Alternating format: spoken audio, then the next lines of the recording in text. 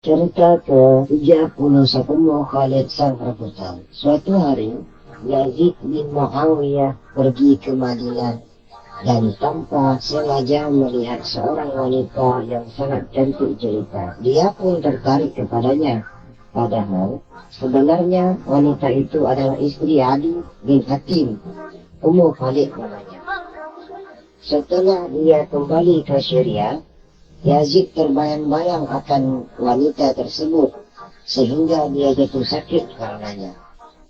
Dia terbaring di rumahnya sekian lama sehingga orang-orang datang menjenguk, akan tetapi Yazid tidak mau menceritakan kepada siapapun tentang penyebab sakitnya itu. Amr bin As, pembantu setia ayahnya, Muawiyah berkata, "Jika begini keadaannya, maka yang dapat membujuk dia untuk menceritakan keadaan yang sebenarnya adalah ibunya sendiri." Maka trik itu pun dijalankan sehingga setelah berulang kali dirayu oleh ibunya, barulah Yazid membongkar rahasia cinta terpendam tersebut kepada ibunya. Dan sang ibu pun menceritakan kepada Muawiyah suaminya. Muawiyah berdialog dengan Amr. "Apa yang harus kita lakukan?" tanyanya. Amr menjawab, "Siapkanlah harta yang banyak untuk kita berikan kepada Ali, suaminya, agar dia mau menceraikan istrinya setibanya dari kota Madinah nanti." Ali pun tiba dari kota Madinah dan masuk ke istana menghadap Khalifah Muawiyah. Lalu Khalifah memberinya uang yang banyak. Lantas dia pun pergi. Kalau Ali telah keluar dari istana, Khalifah bertanya kepada Amr, "Sekarang bagaimana?" Jawabnya, "Jika besok dia kembali menghadapmu, maka katakanlah kepadanya, 'Apakah kamu mempunyai istri?' Jika dia menjawab iya, maka Anda diam saja, jangan berkomentar apapun." Keesokannya, Ali datang lagi menghadap Khalifah dan beliau pun melaksanakan strategi yang diajarkan oleh Amr. Ali kemudian keluar dari istana, namun di pintu telah berdiri Amr, mencegatnya dan bertanya tentang apa yang ditanyakan Khalifah kepadanya. Setelah Ali menceritakannya, maka Amr pun meyakinkan Ali bahwa Khalifah sebenarnya ingin mengawinkannya dengan anak Khalifah sendiri. Makanya dia memberikan uang yang banyak kepadanya karena anak-anak raja tidak mau hidup susah. Termakan dengan hilah tersebut, Ali pun bertanya, "Lantas, nanti bagaimana?" Amr mengajarkan, "Jika kamu bertemu dengannya besok dan bertanya lagi dengan pertanyaan yang sama, maka jawablah, 'Wahai Amirul Mukminin, aku tidak punya istri.' Besoknya ketika Muawiyah bertanya lagi, 'Apakah kamu mempunyai istri?' maka Ali pun mengikuti petunjuk Amr, 'Tidak ada ya Khalifah.' Lalu kata Muawiyah, 'Katakanlah, jika aku ada istri, maka aku telah menceraikannya dengan pasti.' Ali pun menurutinya. Lalu Muawiyah memerintahkan juru tulisnya, 'Tulislah apa yang dikatakan Ali.' Mereka pun menuliskannya.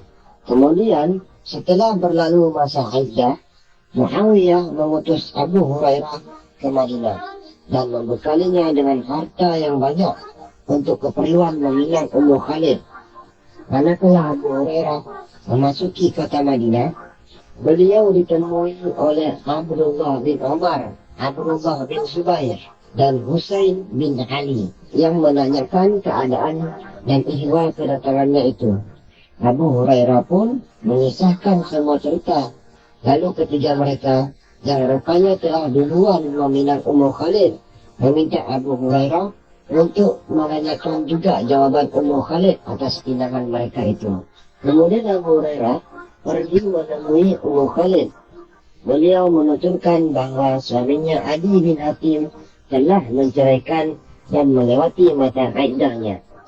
Sementara itu, Khalifah Muawiyah mengutusnya untuk meminangnya bagi anaknya Yazid.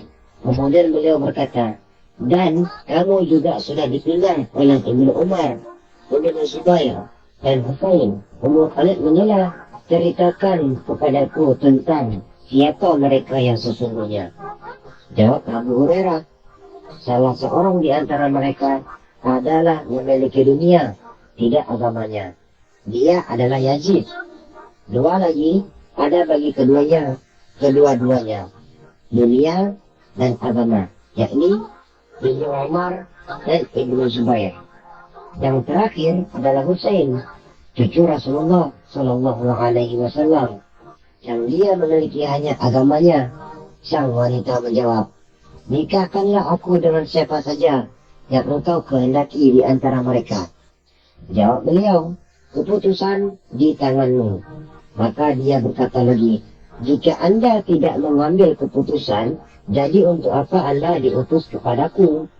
Lalu beliau menjawab, demi Allah, dulu tidak ada seorang pun yang lebih dahulu dicium oleh Rasulullah SAW selain Husain. Akhirnya Abu Hurairah menikahkan Husain dengan Ummu Khalid, dan harta titipan Muawiyah beliau serahkan juga kepada Husain sebagai bekal perkawinan. Abu Hurairah kembali ke Damsyik menemui Khalifah dan menceritakan semua yang beliau perbuat di Madinah tersebut. Muawiyah berkata, jadi Anda serahkan harta kami untuk orang lain, bukan urusan kami? Abu Hurairah menjawab, sesungguhnya Anda tidak mewarisi harta itu dari nenek moyangmu.